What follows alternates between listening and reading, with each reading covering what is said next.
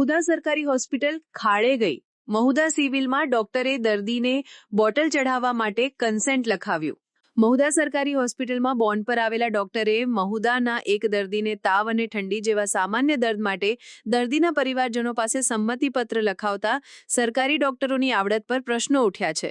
જ્યારે તે જ દર્દીને ખાનગી હોસ્પિટલમાં સારવાર લેતા માત્ર 4 કલાકમાં સાજા થઈ જતા નગરજનો સરકારી હોસ્પિટલમાં સારવાર માટે જતા પણ ખચકાટ અનુભવવા લાગ્યા છે. તેમજ સરકારી ડોક્ટરોની આવડત અને ભણતર સામે પહાડ જેવા મોટા પ્રશ્નો ઊભા થવા લાગ્યા છે.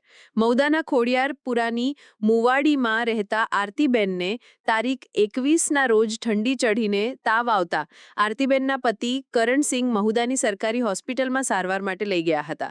કરણસિંહ તેમની પત્નીને તારીખ 21, 22 અને 23 એમ 3 દિવસ સરકારી હોસ્પિટલ મહુધામાં સારવાર માટે લઈ ગયા હતા. જે દરમિયાન આરતીબેનની તબિયતમાં કોઈ સુધારો નહીં થતા તેમજ આરતીબેનને અશક્તિ રહેતા કરણસિંહે ડોક્ટરને બોટલ ચઢાવવાનું કહેતા ડોક્ટરે દર્દીના સગાનું પણ સંમતિપત્ર માંગતા ડોક્ટર અને હોસ્પિટલ પર પ્રશ્નો ઉઠવા લાગ્યા છે.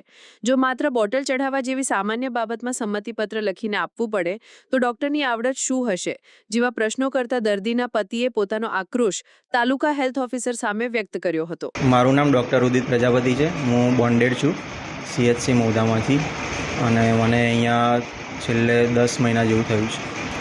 21 તારીખે આરતીબેન આવ્યા હતા, એમને બોટલ ચડાવવાની તમે ના પડી હતી અને બોટલ ચડાવવા માટે કહ્યું તો તમે એમને કોઈ તમારી પ્રોસિજર કીધી, શું પ્રોસિજર છે અને તમને ફોલો કરવાનું કોણે કહ્યું?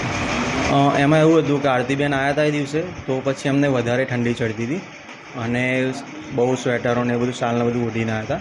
તો પછી એમને મેં કીધું કે તમે ઇન્જેક્શન PCM લઈ લો તો એનાથી ઠંડી થોડી ઓછી થશે અને તાવમાં રાહત પડશે. પણ એમના જે હસબન્ડ હતા એમને એવું માનવું હતું કે જો ઇન્જેક્શન નહીં પણ બોટલ ચડાવો તો જ અમને સારું થશે. બરાબર? તો પછી મેં એમ કીધું કે જો તમે બોટલ ચડાવશો તો તમારી ઠંડી વધી જશે. બરાબર? એનો ચાન્સ પછી વધારે છે કે ઠંડી વધી જાય. તો પછી મેં એમાં એમને ઇન્ડોર કેસ ઉપર કન્સેન્ટ લીધો કે ભાઈ તમે ઠંડી જો તમને વધી ગઈ બોટલ ચડાવતી વખતે ચડાવ્યા પછી તો પછી એની જવાબદારી કોની? બરાબર? એની જવાબદારી પછી અમારી નથી. એમ જો બહુ ઠંડી વધી ગઈ તો એટ ટાઈમ બોટલ ચડાવ્યા પછી જો બોટલ ચાલુ હોય ત્યારે તો મેં કન્સેન્ટ લીધો. કન્સેન્ટ તો અમે લઈએ જ છીએ બોટલ ચડાવ્યા પહેલાં. તો કન્સેન્ટમાં એમને સાઇન કરવાનું કીધું. આ હતું. એમને શું થયું હતું? એમના ફીવર વિથ ચિલ્સ હતો. હા, એ ગંભીર બીમારી હતી? ગંભીર તો ના કહી શકાય પણ એ એટ અ ટાઈમ એ જે વસ્તુ મારા જોડે માગી રહ્યા હતા બોટલ ચડાવવાનું, જો એ હું બોટલ ચડાવી આપું એવા કેસ બનેલા છે કે બોટલ ચડાવ્યા પછી ઠંડી વધારે થઈ જાય, ઠંડી શરીરમાં વધી જાય એવું હોય છે. રોજ ઠંડી અને તાવ ચડે એવા કેટલા પેશન્ટ આવતા હશે? અત્યારે તો 10-12 જેવા આવતા હશે રોજના. દરેકના આવી રીતે તમે ફોર્માલિટી કરો છો? કન્સેન્ટ લઈએ જ છીએ. દરેકના લો છો? કન્સેન્ટ લઈએ જ છીએ.